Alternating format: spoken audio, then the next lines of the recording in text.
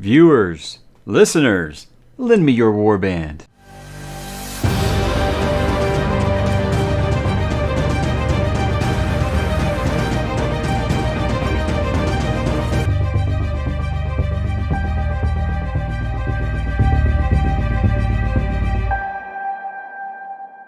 Hey, what's up, bookworms and those who seek to build a warband? Mike back today to do the rare tag video. Now, I've made it no secret that I'm not overly fond of tags, but I am overly fond of the brothers Gwynne, Edward and Will, and they did tag me on this build your own warband tag, and I definitely thought that sounds like something that could be a lot of fun.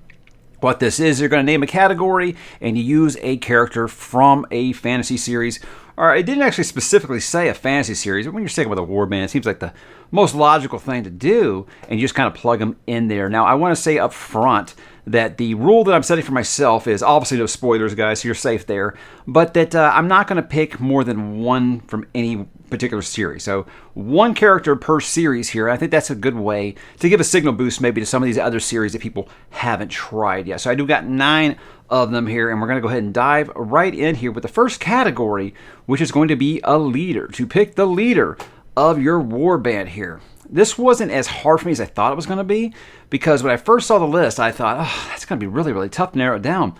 But I kept going back to Dalinar Kholin from the Stormlight Archive, because yes, he does got a bit of a shady past, but even if you think about during the time of that shady past, he still was like the best on the field, and people wanted to follow him into battle. And I think what is more, pretty much the basic trait of a leader is that you would follow them through a brick wall, right? Well, I think just reading some of the things that Dalinar does in the past is just not enough for me to say I would follow that guy into battle. But it's stuff that he does in the present storyline that really, really sold me to this character. That's someone that I would follow into hell and back.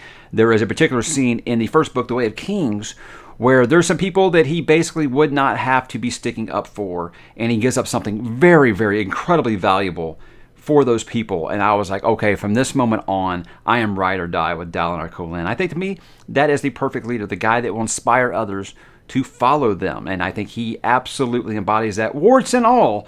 Dalinar Kholin here. He may have missed the boat on a couple of other things in life, but you know what? When it comes to leading a force, I think that's the guy I would definitely want on my side. Next up, we've got a champion. Now, a champion, say you know that you can't beat this other warrior in a one-on-one, so you call your champion to fight for you. It's kind of like when you were in, if you were guys, remember Boys Club? I was in Boys Club as a kid, and whenever we'd have someone on the team that, we put them on the team, and maybe they weren't that great of a hitter, they would call it babysitting, and you get to go in and hit for them kind of thing.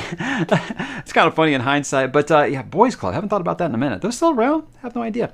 But with me, I think you got to go with the track record here, and the track record says undefeated. I got to go with Logan Ninefingers from the First Law, because this guy, I get questions all the time in my videos, hey, who would win a fight between Logan Ninefingers, and I'm saying Logan before they even finish the question, because on a one-on-one fight, I don't think that the Bloody Nine loses. He doesn't. I mean, the guy just finds a way to win no matter what. And I just, again, like I said, I got to go off track record, and the guy just has not been beaten. So I'm never really worried if that guy is my champion. I'm going to live to try and fight my own battle the next day. So Logan Ninefingers, I think anytime you're building a warband, you're going to try to get that guy on your side, because there's no one. I don't say I want him to have my back, because when the Bloody Nine comes around, I don't know if I want that guy on my back, but you know what I mean. I would like to have Logan on my side in a scrap of any sort. Next up, we got Councilor. Now, this is Councilor, not Counselor. A Counselor with an S is someone who will give you guidance. Will basically give you some therapy. A counselor with a C is basically someone who's going to make your decisions for you. So your strategizer, who's going to plan your battles for you. For me, guys, this was beyond easy for me to pick. I'm going with Ender Wiggin from Ender's Game, because that guy is like Batman in that he is always thinking 3 to 5 steps ahead in any battle. I mean, basically, that's what they do at this academy, is learn games in theory and learn how to strategize and defeat your enemy. And there's no one that was better at it, obviously. And so I think you got that guy on your side. There's no battle you're not going to be able to win. It looks like insurmountable odds. You're outnumbered 500 to 1. Doesn't matter. He's going to figure out something to your advantage. So I know that I'm kind of leaning obviously into science fiction there, not fantasy, but I think anytime I come to any kind of strategic genius, I can't get away from Edward Wiggin, because he's always able to see things that the regular soldier is not going to be able to see, and he needs someone like that telling you the best way to win this unwinnable fight. So that would definitely be my counselor. Now, when it comes on like as a counselor with an S, I don't know if that would be the guy I'd be asking for, life choices. But when it comes to the battlefield, there's no one else whose number I'd like to have on auto dial. How about the next category, which is magician? This one, because I wanted to do one per series, where it actually started getting hard, because you guys know I want to go with Lord of the Rings because I love the Lord of the Rings. And for me, I ended up going with Gandalf because to me, my introduction to fantasy, my introduction to a wizard was Gandalf. So it's going to be hard for me to think about anybody else. There's lots of other ones that I could think of, something from the Harry Potter universe, obviously maybe Harry Dresner or something, but I kept falling back to Gandalf because to me, growing up, that was the quintessential version of a wizard. The long white beard, the pointy hat, the staff. That was every wizard that we've ever seen after that was kind of based off of that character, until something like a Harry Dresden or a Harry Potter, But even Harry Potter had Albus Dumbledore, which was very clearly a riff of Gandalf, right? But I don't want to start that war. But I love both those characters, by the way. But with Gandalf, I think it's not only is he a great magician, maybe he's a good musician too. I'm thinking of Christopher Lee here because he was a musician. But I think that guy was a great mentor. He was a great leader, and he was a great strategizer. So he could have fit in almost any of these categories here. But I also think the idea of, my magician just fell in battle. Oh, well, he'll change colors and be back in a couple days, So that's always a nice advantage. And plus, he's got one of my favorite animal companions in Shadowfax. So that's also a bonus there. So I would love to have Gandalf and, of course, Shadowfax on my side in a fight, because you look at the Battle of the Pelennor Fields, they were greatly outnumbered.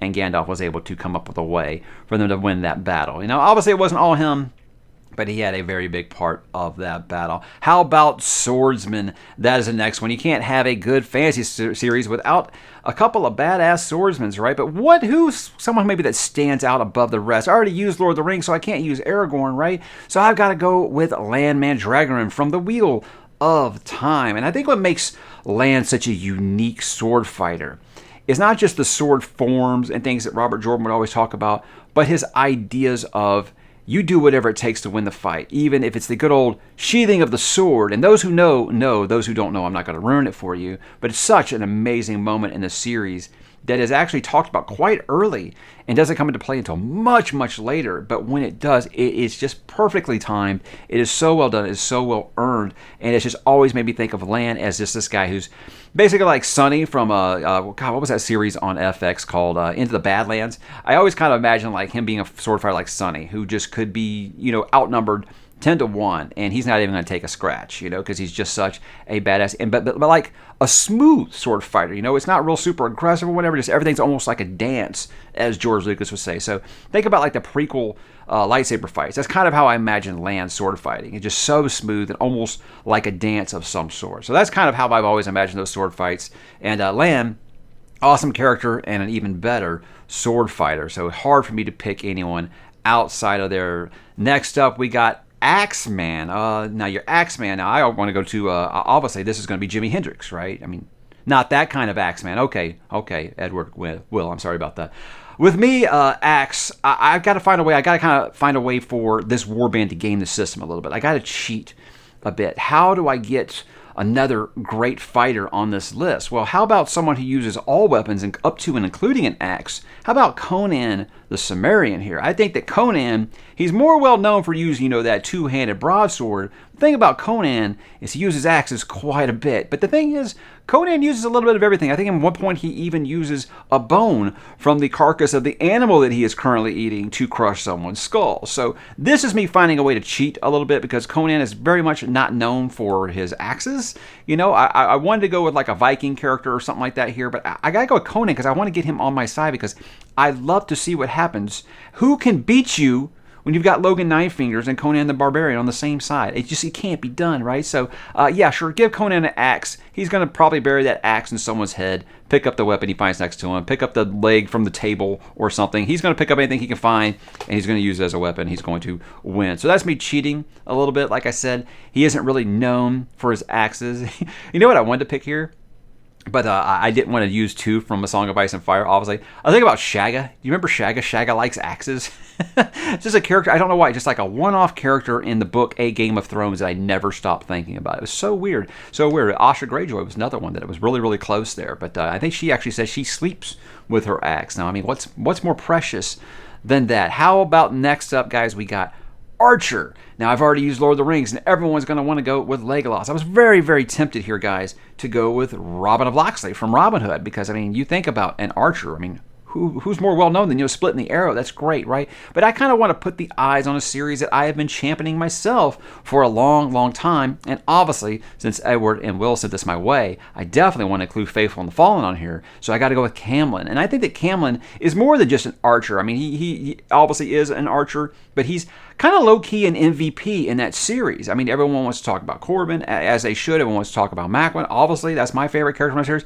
But Camlin is kind of an underrated character in that series. You think about where he starts that series and where he ends up. It's just an amazing, amazing growth for that character. But there's one moment with arching where he actually fires an arrow really, really high, and it hits the guy, and they're like, wow, I can't believe you hit him. And he's like, I was actually aiming for the guy in front of him. So things like that always, make a little bit of levity into a war situation. It's going to be a little bit of fun, I think, and it helps a lot. But Camlin, just as a character, his growth really impressed me. About to say that's the kind of guy that I would want in my war band, because he's loyal to a fault, and he's just kind of that everyman that you want to see kind of step up, take the next step, and kind of grow through the ranks of a war band. So yeah, great character. And guys, read Faithful and the Fallen. So good. How about Animal Companion? Now, if you guys watch my Animal Companion video, you guys know where I'm going with this one, because I'm wearing the shirt too. I saved my Song and Ice and Fire one for my favorite Animal Companion of all time, 1A to 1B. 1B would be Oi from the Dark Tower, but I'm going with Ghost from A Song of Ice and Fire. He's probably not, I can think of other wolves and other animal companions that are way more vicious, are probably going to help your warband out a lot. But you know what?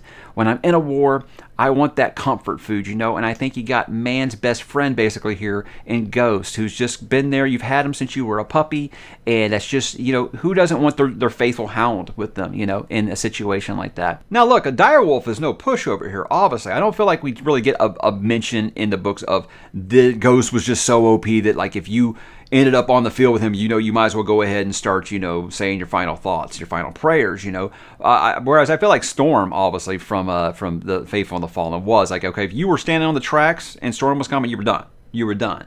So, I mean, I think when I come to the two wolves there that I like to talk about, and I'll go ahead and include Night Eyes here, because Night Eyes is a great one too. But with me, I'm picking Ghost just because I feel like that's the most faithful, loyal companion that you could have out there. And again, I want my comfort food, my nice pair of jeans when I'm out there on the battlefield. And the dog that you've had, or the wolf that you've had since they were a pup, that's going to give you, your feeling of home away from home. So that's why I went with Ghost over the other ones. Okay, and now we're going to close it off here with the Wildcard. Now, I assume this means it can be anything. So I started here, okay, what is this warband missing? I need maybe a jack of all trades, someone that's good at all of these things here. And I kept finding myself going back to Darrow of Lycos from the Red Rising saga. Now, what I like about Darrow is he kind of is a jack of all trades. He could be on this list as a leader. He could be on this list as a champion. He could be on this list as many a thing. The guy is kind of good at just about everything he does. Here's the thing with Darrow is he is an amazing fighter. He's an amazing leader. He gives these speeches that would make anyone want to follow him, for sure. There's no one on the battlefield he will not confront. There's no fight he will back down from. And whether he wants to admit it or not, he's quite a good politician. So he is able to get people to do things for him in a way that only a politician that's good with words can do. So I know that very many people will think, I don't get any politician out, Darrow. Go back and read some of those speeches again and imagine, instead of on the war field, he's saying that, you know, as to warriors that are going off to war. And I think that you would be ready to go fight that battle. So that's kind of the comparison I make there. But Darrow, yeah, he can be kind of a wild card to maybe not the best thing sometimes, because Darrow, he can be making some decisions sometimes. You're like, what are you thinking, bro? But the thing is, the bottom line is that guy gets results. And he will make the tough decisions that I think some leaders might not. So that's kind of why I've got him here as my wild card to kind of round out this warband here. And I look forward to comparing this warband to you guys in the comments and seeing who we think would win that battle. Now, I haven't watched anybody else's except Edward and Will's their warband video yet, because I didn't want that to influence my decisions. But I'm going to go back and watch some now. I know Madison did one. I believe Jake Bishop did one. And Philip did one. So I'm going to go check theirs out now and see if my warband can beat their warband. Who knows? Who knows? But I am actually interested in hearing a couple more, because I guess I'm supposed to tag people now. Is this how this worked? Who am I going to tag for this video? Well, I did check to make sure that these three did not already do the video before I tag them. I'm going to pick Alan from Library of Alexandria because I love his energy, and I feel like his energy gives me energy. And I'm curious to see if he can pick characters outside of the Great Coats in the Long Price Quartet. Now, I love the Great Coats too. In fact, I actually flirted with Falkio a couple times and Brassy on this list. So I'll be interested to see what he puts. I would love to hear it. I'm also going to tag Joanna because I always enjoy a lot of her videos like this, because she comes up with a lot of answers of books that I haven't read yet. And I can't wait to see who she picks from Robin Hobb and Malazan, because I do know my list has got some glaring omissions from Malazan. A lot of guys were close, but I didn't have any on there. I feel like she will. And then I'm going to pick Theo over at Rekindled Reader, because he's got the best beard in the game, and that's the only reason you guys need to watch. Now, for real, Theo, awesome guy, and I would be loving to hear some of his picks for this list, because I think he would have some that I definitely would not, and I'm interested in diving into that. So I want to thank Edward and Will for tagging me in this video, because I think it's a lot of fun to talk about. In fact, speaking of talking about, me, Edward, and Will are actually going to be talking about nothing this weekend. On Saturday, they will be my guest on Talk About Nothing, where we will talk about everything, probably. It was very exciting. Usually I do a one-on-one with that, but I mean, how can I talk to one Gwynne bro and not the next? You know, hey, who knows? Maybe John will show up. We shall see, guys. It's going to be fun. I think we're going to have lots to talk about. I love talking to those two gentlemen.